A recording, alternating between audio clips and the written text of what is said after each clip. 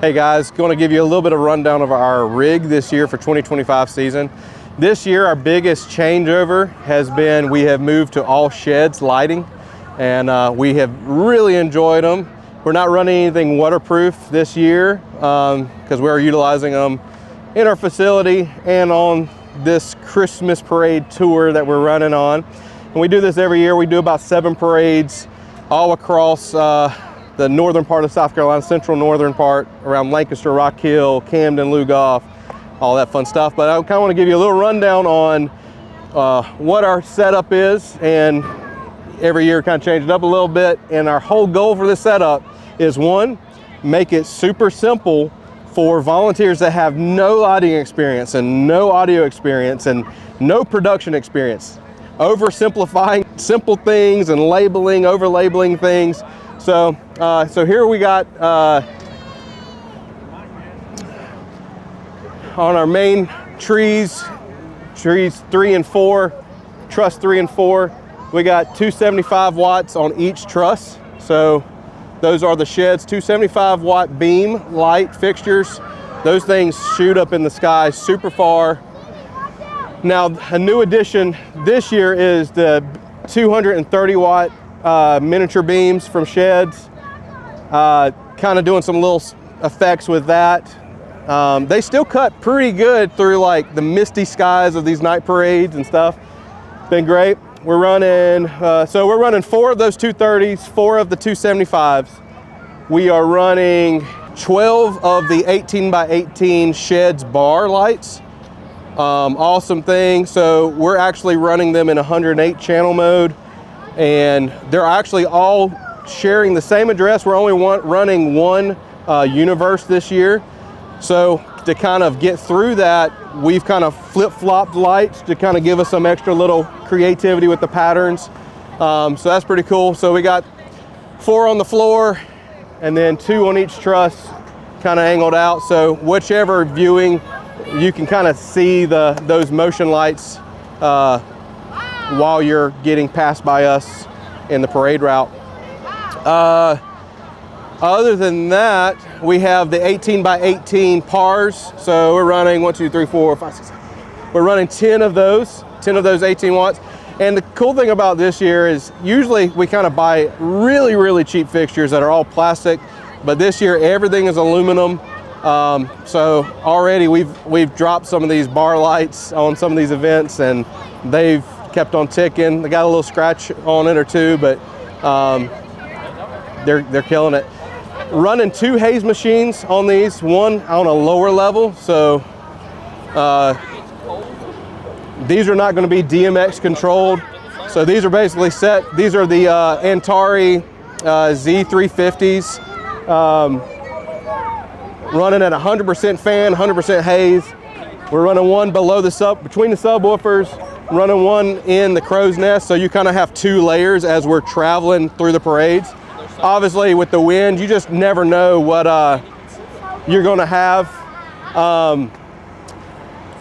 So audio wise, we're running 2 QSC KS118s.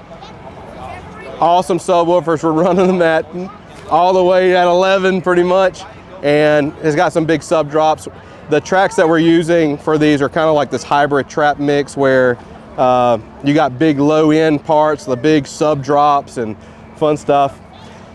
This year we went from K10s. We used to run 2 K10s, and those are 90-degree boxes, so one straight out and one kind of a forward facing. This year we just went to 2 K12s, kind of simplified the setup. And they're on kind of these poles. They'll rock a little bit, but they will not fall off the trailer. At least they haven't yet.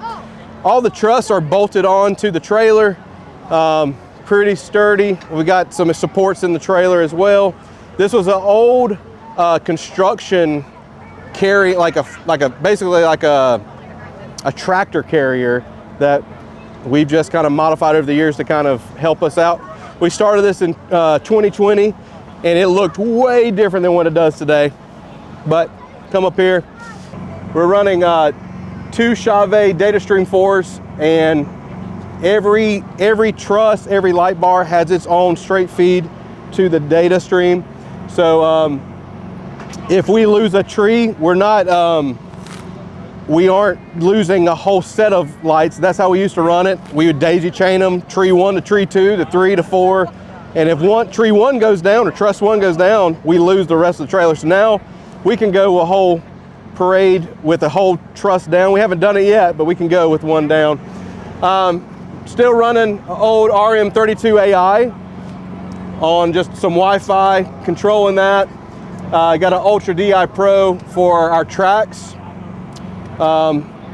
We are the Drumline. We're running Sennheiser packs for our in-ears, click and cues, and the tracks. Guitars, they're just running the Behringer P1s, hardwired for their ears. Running light key for lights this year, and we have those synced up with Loop Community Prime. And they're all time triggered, so whenever we get to the chorus, the lights follow. When we get to the verse, all that fun stuff. So we just have a bunch of cues built out and ready to go, and inside of Loop Community, if you want to come close and see that.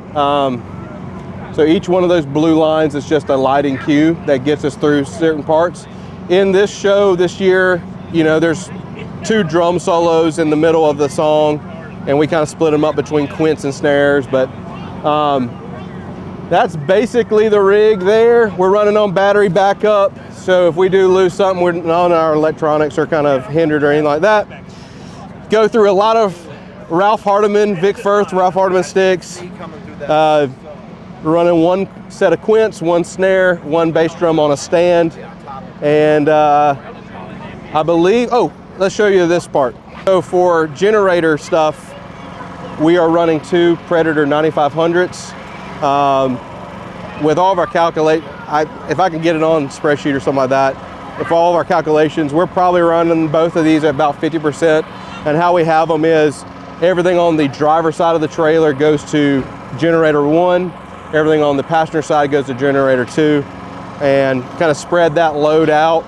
So if we have a failure, we can swap over. We have redundancy with power. There was one year that we had GFCI issues with some moisture in the air, and we only had 1 generator. So every 100 feet or so, our generator would shut off.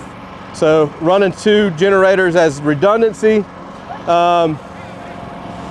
and that's basically it. So you can see some videos that we're gonna be posting in just a little bit to kind of, you can see what we're doing live, and it's pretty cool. So as of this filming, this is our last night parade, and then tomorrow we have Waxhaw, North Carolina parade. So thanks for watching.